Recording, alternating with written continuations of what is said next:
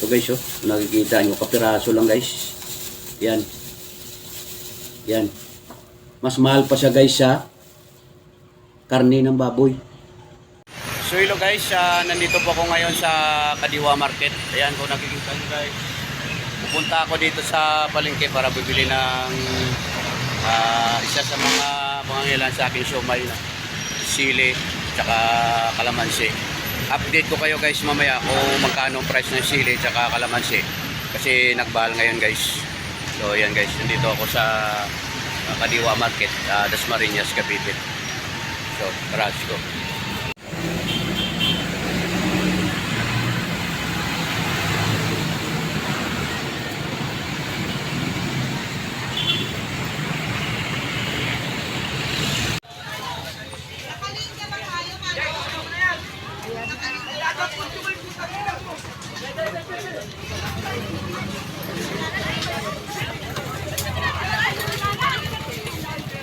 Ayan, kalamansi. 1 kilo 40. Ito yung sili. Magkano sili kuya? Magkano? Kilo? Magkano kilo sili? 520. 520. Sili labuyo 520. Kalamansi.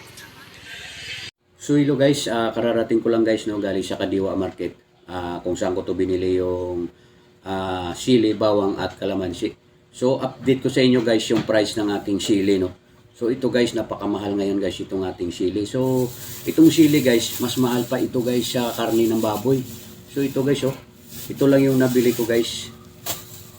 Kasi guys ito, kailangan natin ito sa ating siomay no. Isa sa mga nagpapasarap na ating siomay yung chili garlic sauce. So kaya kailangan ko talaga to guys yung sili at bawang. So ito guys, sa sobrang mahal ng sili no, baka magtaas pa daw po ito guys, sabi ng suki ko sa palengke. Dahil ito ang nagpapasarap ng ating siomay no, yung chili garlic sauce. Ito isa ito sa mga binabalik-balikan ng aking customer guys. So sa sobrang mahal, ito lang po guys yung aking nabili. So guys oh, nakikita nyo, kapiraso lang guys. Yan. Yan. Mas mahal pa siya guys sa karne ng baboy. Ang kilo ng baboy ay 300. So ito guys, ang kilo nitong sili 520. So ito guys, nabili ko sa suki ko 520. So yung sa kabilang mga tindahan guys 550. So sobrang mahal guys. Kaya ang nabili ko lang guys, halagang 100. Ito guys, para lang makagawa ko ng chili garlic at makapagtinda. So maliit lang tutubuin natin guys ito sa siomay no.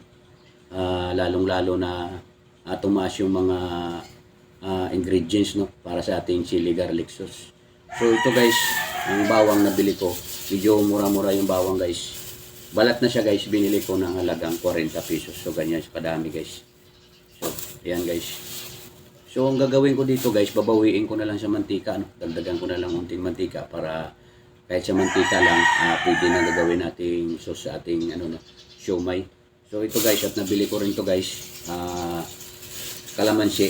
Ang 1 kilo ng kalamansi ngayon guys, doon sa suki ko, 40 pesos. So sa iba, 50 pesos ang kilo. So medyo madami-dami na rin guys. Yan. Ito guys, magagamit itong chili garlic sauce ko, itong sili na to. Gagamit ito ng pag nagawa ko, nasa 1.5 araw lang to guys. Ubos to guys sa isang tinda ko guys sa 10 kilong siomay. So medyo tipid-tipid lang muna ako guys sa pagbibigay ng chili garlic sauce no. Dahil medyo mahal talaga yung sili. So yun lang guys, binigyan ko lang kayo ng tip kung magkano ang kilo ng sili ngayon guys. Sobrang mahal talaga guys. So yun lang guys, at magpapaalam ako sa inyo.